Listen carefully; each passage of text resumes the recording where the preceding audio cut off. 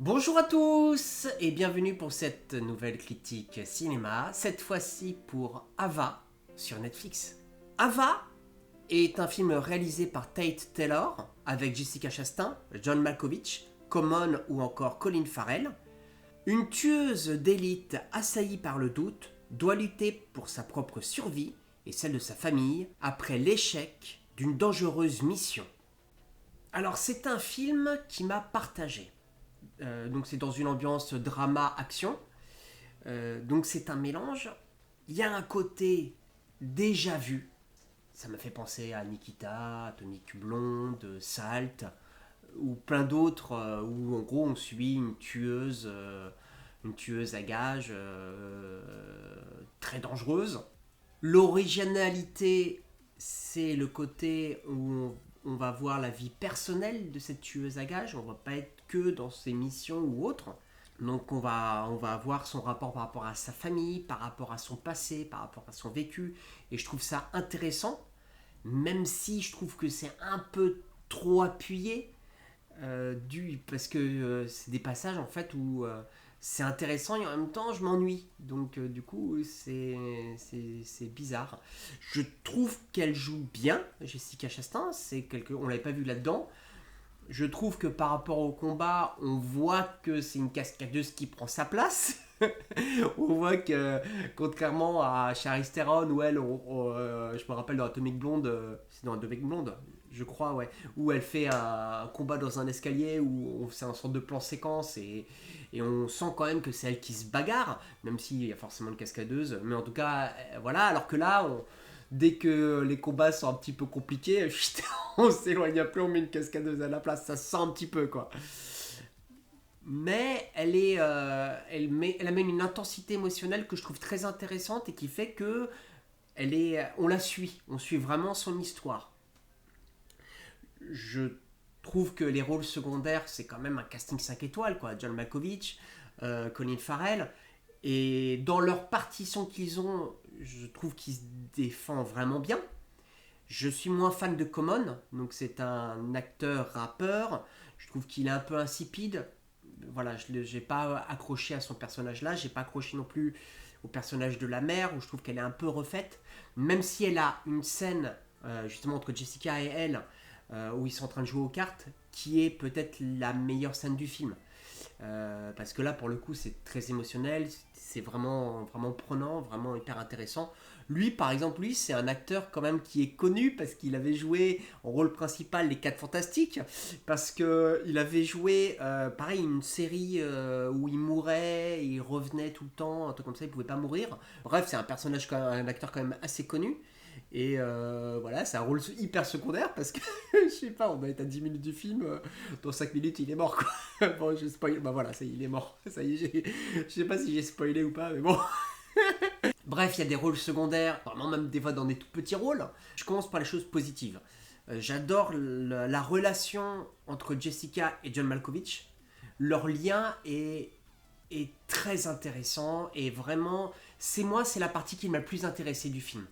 C'est ce rapport, même avec Colin Farrell, le trio là, leur scène, quand il y a ces scènes là, je suis vraiment dedans et et j'écoute. Après, voilà, c'est tout le reste. Je trouve, je comprends pourquoi il y a eu autant de bons acteurs dans ce scénario-là. Je comprends plus que Jessica Chastain se produit ce film, parce qu'ils ont voulu vraiment aborder le côté tueuse à gages, mais dans la vie personnelle. Mais du coup, cette vie personnelle, je sais pas, ça m'a pas embarqué plus que ça. C'est une originalité qui fait en même temps la force et son point faible. C'est compliqué à dire. Donc ça veut dire que l'idée de base est bonne, mais la manière dont ça a été mis en place, ou d'un point de vue scénaristique peut-être aussi, euh, ne va pas. D'un point de vue réel global d'ailleurs, je trouve que j'ai pas été impressionné par la réalisation. Elle est bien, mais sans plus. Voilà. En général, j'aime beaucoup le fait justement que ce soit un film d'action n'est pas que la partie action, mais qu'il y ait un mélange des deux, un partie drama qui soit plus conséquente. Donc là, c'est le cas. Il y a quand même des beaux plans. Le plan est bien. Enfin, La réelle est bien, mais voilà, je la trouve pas exceptionnelle. Il n'y a pas des plans où je me fais waouh, dingue. Mais ça passe. En gros, les points qui m'ont dérangé, c'est le manque d'originalité de l'histoire de base, où on l'a déjà vu, en mieux. Donc du coup, c'est un peu dommage, parce que du coup, je suis pas complètement surpris. Même si j'aime beaucoup la fin, d'ailleurs, au passage, le rapport avec Colin Farrell sur la fin, je reviens sur ce triangle entre John Malkovich et même le rapport entre John Malkovich et Colin Farrell, leur scène en général, c'est des scènes hyper intéressantes. Je les trouve, la première scène, je trouve que Colin Farrell sort son épée en acting, il a une belle présence, tout, voilà. Et la deuxième scène, je la trouve aussi le duo qui fonctionne super bien. Mais l'organisation en elle-même, je sais pas, je trouve qu'il y a un côté qui tient pas la route. C'est une organisation déjà vue, hein, c'est du Hitman par exemple, et j'arrive pas à croire complètement cette organisation. En fait, c'est comme si on mettait plein de choses qui marchent et qu'on secouait pour voir si ça allait marcher. Mais en fait, non, comme tout ce qui marche, on l'a déjà vu. Ça fait que au bout d'un moment, il y a des choses qui fonctionnent pas. Le fait d'insister sur le fait qu'elle est alcoolique, forcément à un moment donné, tu sais qu'elle va replonger. Enfin, je manque de surprise, je manque de rebondissement, je manque de ah purée, ça c'est intéressant. Je trouve que pour un film d'action, les actions sont pas terribles, ou déjà vues, ou mal faites. Voilà. Donc je reste sur ma faim. Tout le rapport avec l'asiatique qui a une boîte de nuit, voilà, où l'ex-petite amie de Jessica est embarquée. C'est comme s'il y avait plein d'histoires. Et du coup, tu suis plein d'histoires, mais t'avances pas complètement dans une des histoires. Parce que chaque histoire est intéressante. Mais l'ensemble, pour moi, c'est comme si j'allais dans plein de directions différentes et qu'à la fin je les faisais se réunir vite fait, bien fait. Du coup, voilà, pour moi ça fait bof.